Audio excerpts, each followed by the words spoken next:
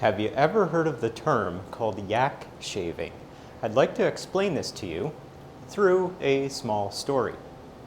So think about if you were wanting to cook breakfast in the morning. You're wanting to make breakfast, or you're wanting to cook breakfast, and you get set up, you're ready to go, you got your fire on, ready to heat up that frying pan, and then you go to the fridge. You realize while looking in the fridge that you have no eggs and no milk. What are you to do? You go over to your wife or your spouse and you ask them, okay, I need to take the car, I'm going to go over to the store and I'm going to buy some milk and buy some eggs. Your spouse then mentions to you, well, I left the car keys with the neighbor, they needed to borrow the car, so we'll have to go over to the neighbor's and pick up the car keys. We walk on over to the neighbor's house and realize, oh, the neighbors just mentioned, you know what, we were moving our hot tub and the car keys fell behind the hot tub, we can't access them, can you help us out and move the hot tub? So you're just in the process of moving the hot tub, then something happens. You just don't get it moved far enough. You realize that the hot tub is actually on a rug.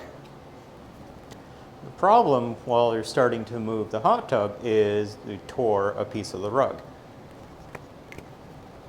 While looking at the rug, we see, oh, it's a yak hair rug. We can't move the hot tub anymore. We're going to damage the rug. We'll have to fix it before we continue moving the hot tub. So the next thing you know, we'll borrow the bikes. There's a small hobby farm down the way, and those neighbors actually have a yak there.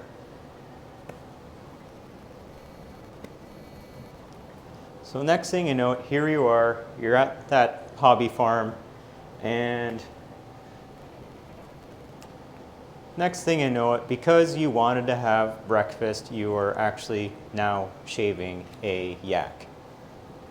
What this story is an anecdote for is, in the beginning, when we wanted to have the breakfast, we have choices to make. Do we really need to actually cook the breakfast that contains the eggs and milk? This should seem very self-evident. It's like, oh, I don't want to make this now. I don't have eggs and milk. I have to go to the store. I'm going to do something else. But this is an analogy for working in other areas as well. Think about software and all the things that you have to do in order to build a software project. Sometimes you have to go through a certain series of steps to develop a workflow that works for you.